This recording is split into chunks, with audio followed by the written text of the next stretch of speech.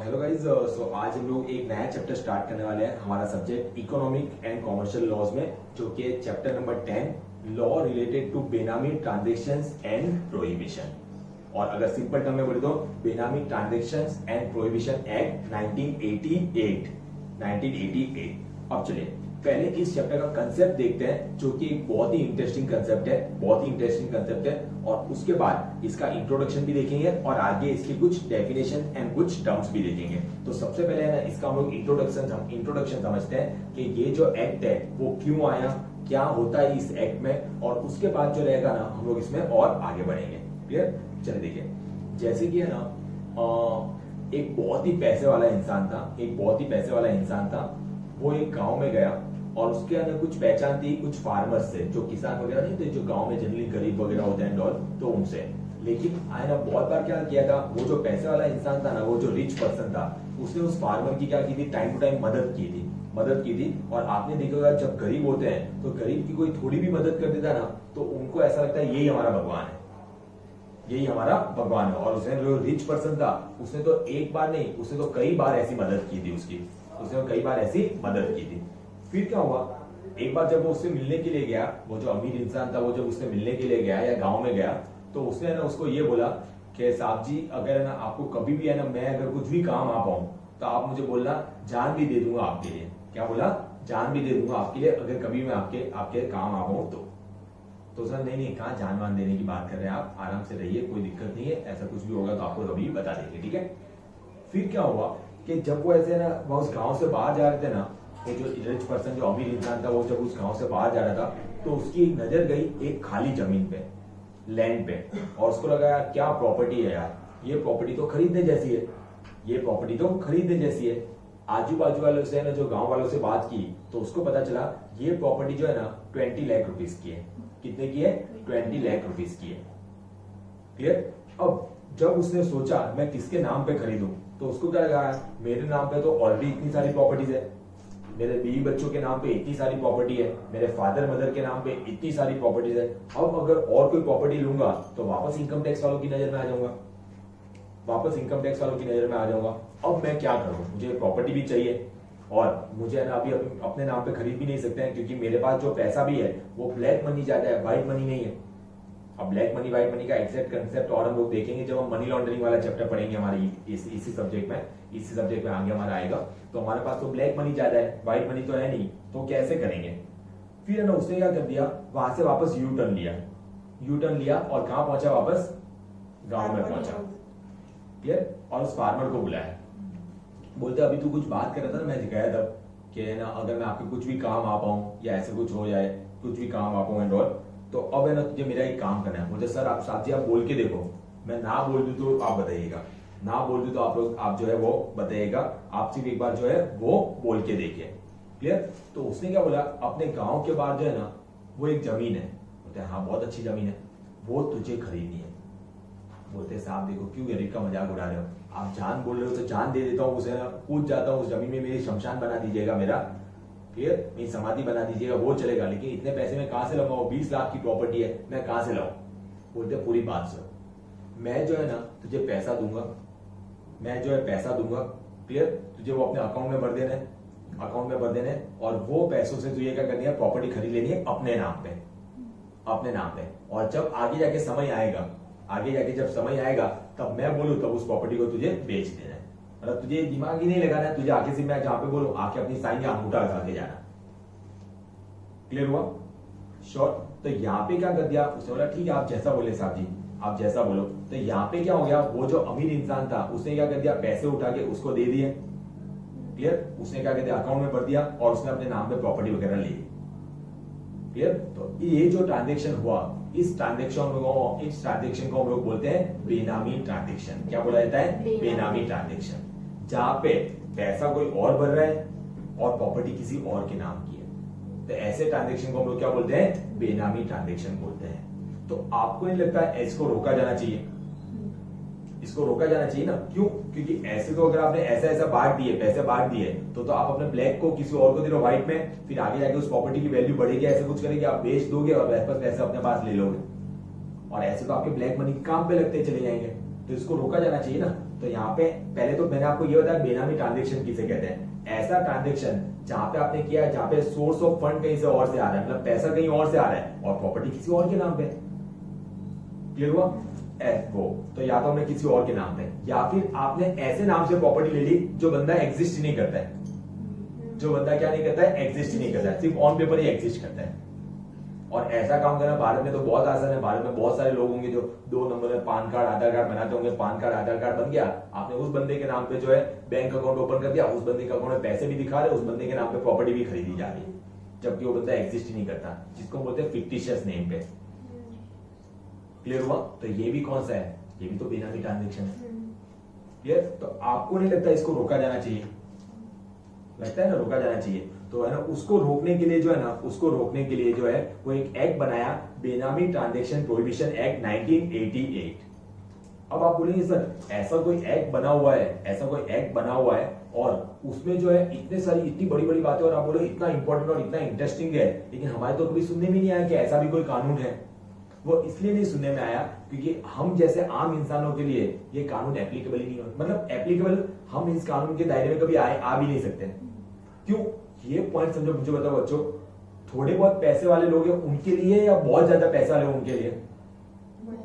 बहुत ज्यादा, जिनके खुद के नाम पे कई प्रॉपर्टीज होती है और अब उनको और भी प्रॉपर्टीज खरीदने हैं। यहाँ पे तो हम एक प्रॉपर्टी खरीद ले, मतलब हम सोचते हैं हमारी लाइफ टाइम का हो गया, एक घर खरीद लिया, एक ऑफिस खरीद ली, ठीक है, थोड़ा एफडी वेफडी बना दी, बस अपनी तो लाइफ निकल गई। हम वैसी सोच रखने वाले लोग हैं।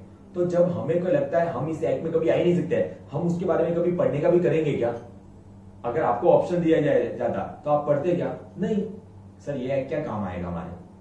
क्लियर? लेकिन लेकिन लेकिन जो बहुत पैसे वाले लोग हैं वो तो हमेशा, जब जिनको ये एप्लीकेबल होता है, यार अब क्या करेंगे यार, मैंने तो प्रॉपर्टी उसके नाम पे खरीद के रखी है, अब सरकार बजाएगी हमारी, तो अब हम लोग क्या करेंगे?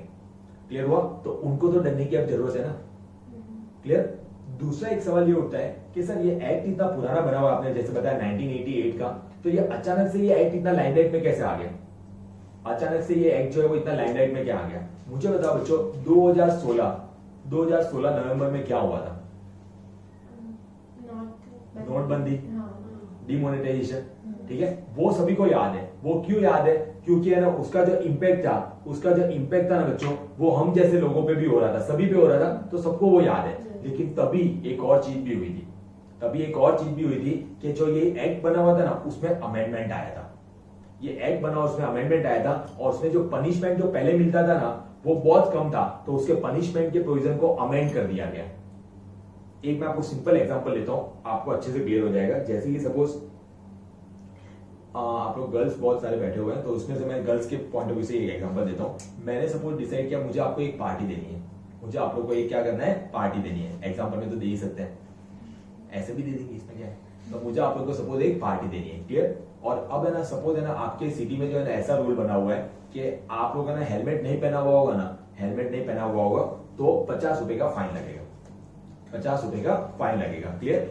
अब पॉइंट समझना, जैसे आप लोग रेडी हो गए, बाल वाल एकदम बना दिया आप लोगों ने, और आपको पार्टी के लिए आना है। अब आप बताओ, आप क्या सोचेंगे, हेलमेट पहन के आएंगे, बाल ही कैसे हो जाएंगे? क्लियर? फिर पार्टी में यार मजा ही नहीं आएगी ना।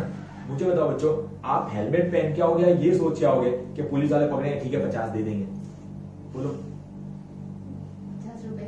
50 दे देंगे सर, बाल थोड़ी खराब करेंगे सर, पार्टी में आ रहे तो बाल थोड़ी खराब, 50 रुपए दे देंगे। क्लियर? अब पॉइंट समझना, एक ये पॉइंट हो गया। तो हमने क्या कर दिया, फाइन छोटा मोटा है, ठीक है पकड़ेंगे तो दे देंगे ना। अब पॉइंट समझना, पुलिस वालों को लगाया कोई सीरियसली नहीं ले रहा है, तो पुलिस वालों ने क्या किया, अब है ना उसमें क्या कर दिया, बोला कि जो है ना ये हेलमेट नहीं पहनेगा उसको जो है ना पनिशमेंट मिलेगी, उसको फाइन पे करना पड़ेगा 500 रुपए का। अभी भी हेलमेट पहनोगे या फिर है ना 500 रुपए पे करोगे हेलमेट? कोई सपोज अभी भी ऐसा है, नहीं सर हम तो 500 दे देंगे, फाइन कर दिया 5000 रुपए का। बोलो क्या करेंगे? सर हेलमेट पहन लेंगे, पार्टी में थोड़ा बहुत बाल ऊपर नीचे होंगे, चल जाएगा, खराब हो जाएंगे, वापस ठीक करा, 5000 कौन पे करेगा? तो जब है ना वो पेनल्टी या पनिशमेंट या फाइन जो इतना हैवी नहीं लगेगा ना, तब तक हम उसकी सीरियसनेस में नहीं आते, होता है ना। तो यही वहां पे हुआ कि पहले एक्ट बना हुआ था, लेकिन ठीक है शांत बैठा हुआ था, लेकिन फिर जब मोदी सरकार आई तो उन्होंने क्या कर दिया कि भाई ने यहाँ पे क्या कर दिया, जो अमाउंट था ना फाइन का वो बहुत हैवी लगा दिया। अगर मैं आपको बताऊं, वैसे तो पढ़ने में भी आएगा आज के लेक्चर में, वो फाइन जो है ना उन्होंने अमेंडमेंट वाला बता रहा हूं, जिसमें इन्होंने बोल दिया अगर कोई बेनामी ट्रांजेक्शन में पकड़ा गया, क्लियर, हमें पता चला ये ट्रांजेक्शन जो उन्होंने किया वो कौन सा है, बेनामी ट्रांजेक्शन है, तो उसको जेल होगी कम से कम कितनी, 1 साल की, और वो which may be extended to 7 year, और वो बढ़ के कितने साल तक हो सकती है, 7 ईयर्स तक भी हो सकती है। क्लियर, जेल होगी कितने ईयर की बच्चों, minimum 1 year which may be extended to 7 years, and उस पर फाइन भी लगाया जाएगा, कितना, 25% of the fair market value of the property, यानी कि जो प्रॉपर्टी पता चली बेनामी है वो तो जब्त कर ही लेंगे, साथ में उस प्रॉपर्टी जो आज की वैल्यू होगी उसका 25% फाइन। अब बताओ, अब तो लोग डरेंगे ना जब ऐसा कुछ अमेंडमेंट आ गया एंड ऑल, पहले इतना फाइन वाइन एंड ऑल नहीं था, ठीक है पकड़े जाएंगे, देख लेंगे, थोड़ा बहुत पैसे दे देंगे, क्लियर, लेकिन जो अमेंडमेंट आया तो लोगों की फट पड़ी, एक तो नोटबंदी तो हुई, लेकिन जो अमीर थे उनकी डबल लगी। इसमें भी अगर कोई बेनामी में प्रॉपर्टी में पकड़े गए जो हमने लेके रखी है, जैसे मैंने आपको एग्जांपल दिया गांव में किसी और के नाम पे या ऐसे बंदों के नाम पे जो एग्जिस्ट ही नहीं करते हैं, और वैसे अगर प्रॉपर्टी पकड़ी गई तो प्रॉपर्टी तो जाएगी, हम भी साथ में जेल जाएंगे और प्लस फाइन भी लगेगा, तो इसलिए ये जो है पता चला बच्चों, श्योर, पक्का। आइए आज इस चैप्टर का पहले हम लोग इंट्रोडक्शन देखते हैं, फिर देखते हैं आगे हमें और कितना पढ़ना है इसमें, क्लियर। चलिए, बेनामी is a Persian term which essentially means something without a name। एक पर्शियन टर्म है और बेनामी का मतलब ही क्या होता है, without a name, clear. Benami transaction are quite prevalent in land purchasing, generally इस टाइप के ट्रांजेक्शन किसमें देखे जाते हैं, लैंड और ये सब इमूवेबल प्रॉपर्टी के related, where unaccounted money is used to make the purchase. Unaccounted money का मतलब क्या होता है, वो पैसा जो हमने बुक्स ऑफ अकाउंट में शो नहीं किया, clear. And in this act, the word benami is used to refer to a person, property or asset with no name attached to it। इसका मतलब क्या हो गया, एक्चुअल ओनर जो उसका है is not the person who has a legal title to the property, यानी कि ओनर कोई और है और पैसा कोई और पे कर रहा है, क्लियर हुआ बच्चों। आगे, हियर प्रॉपर्टी, इसमें प्रॉपर्टी में क्या क्या हो सकता है, here property, share, debenture, fix deposit, bank account are held by one person for another. जो अपना नाम देता है, जैसे हमारे वाले एग्जांपल में वो फार्मर यानी कि वो किसान, तो उसको इस टर्म में बोला जाता है बेनामीदार। क्या बोला जाता है बच्चों, benamidar. The former lends his name to the latter and is called the benamidar and he does not have any beneficial interest in the property or the asset। getting my point, वो सिर्फ क्या दे रहा है, अपना नाम दे रहा है, क्लियर। अच्छा, बेनामी ट्रांजेक्शन क्या सर भारत में चल रहे हैं, सदियों से चल रहे हैं, have been practice in India since the 19th century, clear. चलिए फिर पढ़ा था benami transaction. Benami Transaction Prohibition Act 1988 was enacted to prohibit benami transactions and the right to recover properly held benami and for matters connected therewith or incidental thereto। ये act जो बना वो क्या था, to prohibit benami transaction and right to recover the property. वो properly word की से print हो गया होगा नोट्स में, तो प्रॉपर्टी कर देना, और आप वो प्रॉपर्टी को वापस क्या कर सकते हो, रिकवर कर सकते हो, जो है ना क्या अनाउंस की गई थी, बेनामी और उसके connected matter, and it is applicable to the whole of India. ठीक है, भारत के कोई भी कोने में जाके अगर आप ऐसा कर लो तो भी ये एक्ट आप लोग को एप्लीकेबल रहेगा, क्लियर। अब वो पॉइंट जो मैंने आपको बताया, with a view to providing effective resign, क्या किया ना, मतलब ऐसी कोई प्रॉपर्टी बेनामी ट्रांजैक्शन हो रहे तो उसका प्रॉपर सॉल्यूशन लाने के लिए for prohibiting of benami transaction the said act was amended through the benami transaction prohibition amendment act 2016 and the amended law पढ़ना।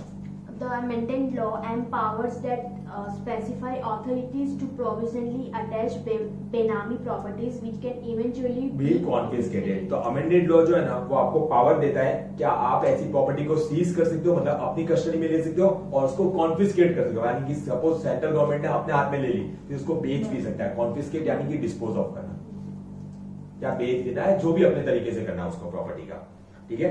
बिसाइड्स प्रॉपर्टी तो ले ही लेंगे, उसके साथ साथ ये भी लगेगा, जो पेनल्टी मैंने आपको बताई, पनिशमेंट मैंने आपको बताया, क्या पनिशमेंट बताया था बच्चों, जेल हो सकती है minimum period of 1 year which may be extended to 7 years, and fine भी लगाया जाएगा, कितना परसेंट का, 25% of the fair market value of the property. देखो, besides if a person is found guilty of offense of benami transaction by the competent court, he shall be punishable with rigorous मतलब उन्हें बोलते कड़ी सजा, rigorous ठीक है। rigorous imprisonment for a term of not less than 1 year but which may extend to 7 years, और बीच में लिखा है एंड, मतलब कि imprisonment के साथ साथ जेल भी होगा, सॉरी फाइन भी लगेगा, and then shall also be liable to fine which may be extend to 25% of the fair market value of the property। और ये जो अमेंडमेंट आया था वो कब आया था? 1 नवंबर 2016। लो, नोटबंदी से पहले तो ये आया था। नोटबंदी तो कौन सी डेट का ही? 8 है, सबको याद है, सबका दर्द ही ऐसे उछल उछल के बाहर आ रहा है, ऐसा दर्द बाहर आ रहा है, वो भी क्या दिन थे। क्लियर हो रहा है बच्चों? श्योर, पक्का? तो ये आपको क्या था, ये सिर्फ इंट्रोडक्शन था जिसमें से आपके देखो इस चैप्टर में से आपका वेटेज चाहिए था एक आंसर का रह सकता है। क्लियर? और आगे इतने अच्छे अच्छे आंसर थे, ये इंट्रोडक्शन क्यों? ताकि आपको पूरा एक बेसिक पता चल जाए, और बाकी अगर कोई भी आंसर आ रहा है तो आप इसमें इंट्रोडक्शन के 2-3 पॉइंट आप उस आंसर में यूज कर सकते हैं। क्लियर हुआ बच्चों? श्योर। चलिए नेक्स्ट पेज चाहिए।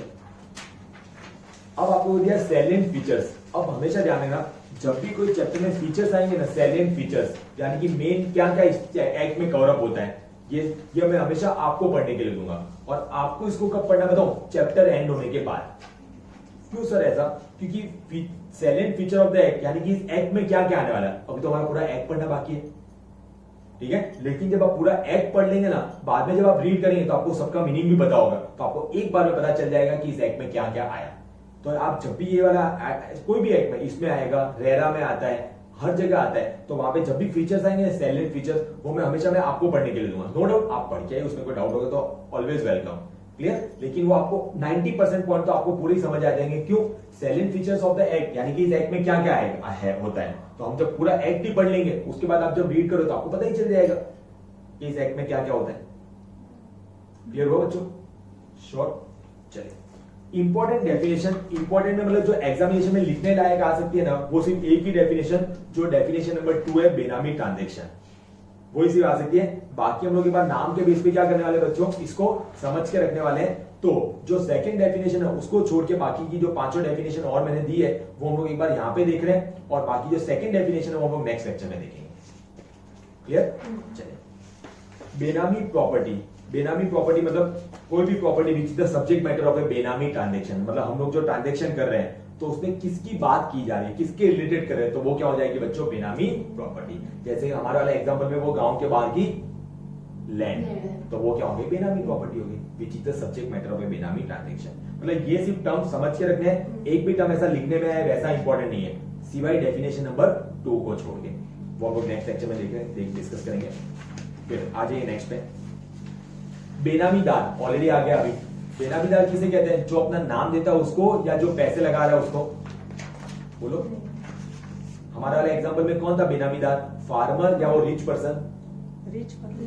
फार्मर जो अपना नाम देता है वो क्या होता है? बेनामीदार। अभी तो इंट्रोडक्शन में देखा, बेनामीदार means a person or a fictitious person as the case may be in whose name the property is transferred or है। ठीक है? बेनिफिशियल ओनर, जिसने अपने बेनिफिट के लिए ऐसा किया, जैसे हमारा एग्जांपल वो रिच पर्सन, उसको क्या बोला जाता है? Beneficial owner. Means a person whether his identity is not known or not for whose benefit the benami property is held by the benamidar. Clear हो रहा है बच्चों? फेयर मार्केट वैल्यू मतलब सिंपल, आज की डेट में उस प्रॉपर्टी को मार्केट में बेचने के लिए जाओ तो उसकी क्या वैल्यू आ रही है वो। तो देखो, fair market value in creation to a property means, fair market value in relation to a property means the price that the property would ordinarily fetch on sale in the open market on the date of transaction। मतलब आज की date में जाके open market में खुलेआम हम लोग बेचने के लिए निकलते हैं, जो उसकी प्राइस आती होगी आज, वो उसकी क्या हो जाएगी बच्चों? Fair market value. And when the price referred above is not ascertainable, such price as may be determined in according with such manner as may be prescribed। Sir हम बेचने के लिए तो निकले, लेकिन कोई खरीदने को तैयार ही नहीं है, तो कोई बात नहीं, दूसरे और कोई रूल्स वगैरह लगा के उसकी एक प्राइस हम लोग डिसाइड कर लेंगे। पैसे नहीं छोड़ेंगे, डोंट वरी, पैसे तो लेंगे। क्लियर? ये एक भी डेफिनेशन लर्न नहीं करनी है सिवाय सेकंड के। और यहाँ पे प्रॉपर्टी में सिवाय ना, पहले जितना मैंने बोल्ड किया वो ध्यान रखना, प्रॉपर्टी मतलब कोई भी असर हो सकता है, भले वो मूवेबल हो या फिर इमूवेबल। क्लियर हो रहा है बच्चों? श्योर, पक्की बात? ठीक है, हमने क्या देखा आगे? पहले इंट्रोडक्शन देखा कि बेनामी ये एक्ट जो वो क्यों आया, इसमें क्या होता है वो हमने देखा। डेफिनेशन हमने 6 में से 5 पढ़ी है, लेकिन हमें लर्निंग सिर्फ कौन सी करनी है? सेकंड वाली जो बाकी है, जो हम लोग कल पढ़ने वाले हैं, बेनामी ट्रांजैक्शन। ठीक है, अगर आप लोग बोलो तो एक सेक्शन ले लेता हूं, सेक्शन 3। ठीक है, क्योंकि हमने जो पढ़ा वही है प्रोहिबिशन ऑफ बेनामी ट्रांजेक्शन, मिला प्रोहिबिशन ऑफ बेनामी ट्रांजेक्शन। तो ये क्या बोल रहा है कि कोई भी पर्सन, सेक्शन 3 क्या बोलते हैं, कोई भी पर्सन को बेनामी ट्रांजेक्शन में एंटर नहीं होना है, कोई भी पर्सन को बेनामी ट्रांजेक्शन में एंटर नहीं होना है। क्लियर? अगर कोई बेनामी ट्रांजेक्शन में एंटर हो गया तो उसको जेल होगी कितने साल की, 3 साल की, और विद फाइन और विद पोल। सर ये आपने अभी तो कुछ बोला था 1 साल, विच may be extended to 7 years, और फाइन भी आपने कुछ 25%। ये क्या था, अमेंडमेंट के पहले का पनिशमेंट, अमेंडमेंट के पहले का पनिशमेंट। पहले का पनिशमेंट देखो फील भी नहीं आई ना, 3 साल तक की जेल और थोड़ा बहुत फाइन ले लेंगे या फिर वैसा। क्लियर? तो पहले क्या बोला है सेक्शन 3, आपको कोई बेनामी ट्रांजेक्शन में एंटर ही नहीं होना है। क्लियर? अगर एंटर हो गए तो आपको पनिशमेंट लगे, जेल में डाल सकते हैं 3 साल तक के लिए, या फिर फाइन लगा सकते हैं। और बहुत फाइन भी नहीं बताया कितना, लेकिन फिर बोला है ऐसे तो फील ही नहीं आ रही है, लेकिन फिर उसको अमेंडमेंट आया, देखो वही लिखा है, whoever enters into any Benami transaction on or after the date of commencement of the Benami transaction prohibition amendment act shall be punishable in accordance with the provision, जो कहां पे बताया, चैप्टर 7 में बताया। मतलब चैप्टर 7 मतलब अपनी बुक का नहीं, इस एक्ट को अलग अलग चैप्टर में डिवाइड किया होता है। तो चैप्टर 7 में क्या है, वो है जो हमने पढ़ा ऑलरेडी, पढ़ लीजिए, एकदम सेम दिखेगा आप लोगों को।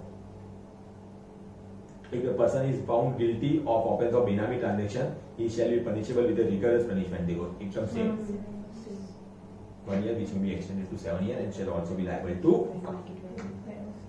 क्लियर हो बच्चों? श्योर। तो आज हमने एकदम बेसिक देखा, कुछ टर्म्स देखे, टर्म्स सिर्फ समझ के रखने थे, और प्लस हमने सिर्फ एक सेक्शन देखा, सेक्शन नंबर 3। कल जैसे ही हम लोग आएंगे सबसे पहले बड़ा धमाका करेंगे हम लोग, कौन सा पढ़ेंगे, बेनामी ट्रांजैक्शन की जो मेन डेफिनेशन है वो डेफिनेशन हम लोग पढ़ेंगे, जो उसकी सबसे इंपॉर्टेंट डेफिनेशन है। क्लियर हुआ? और उसके अलावा जो रहेगा आगे और जो है हम लोग प्रोविजंस देखेंगे और उसके बाद कंटिन्यू करेंगे। तब तक जितना हमने पढ़ा वो एक बार आप रीड आउट करके आइए, और उसमें कोई भी डाउट वगैरह है तो आप लोग पूछ सकते हैं।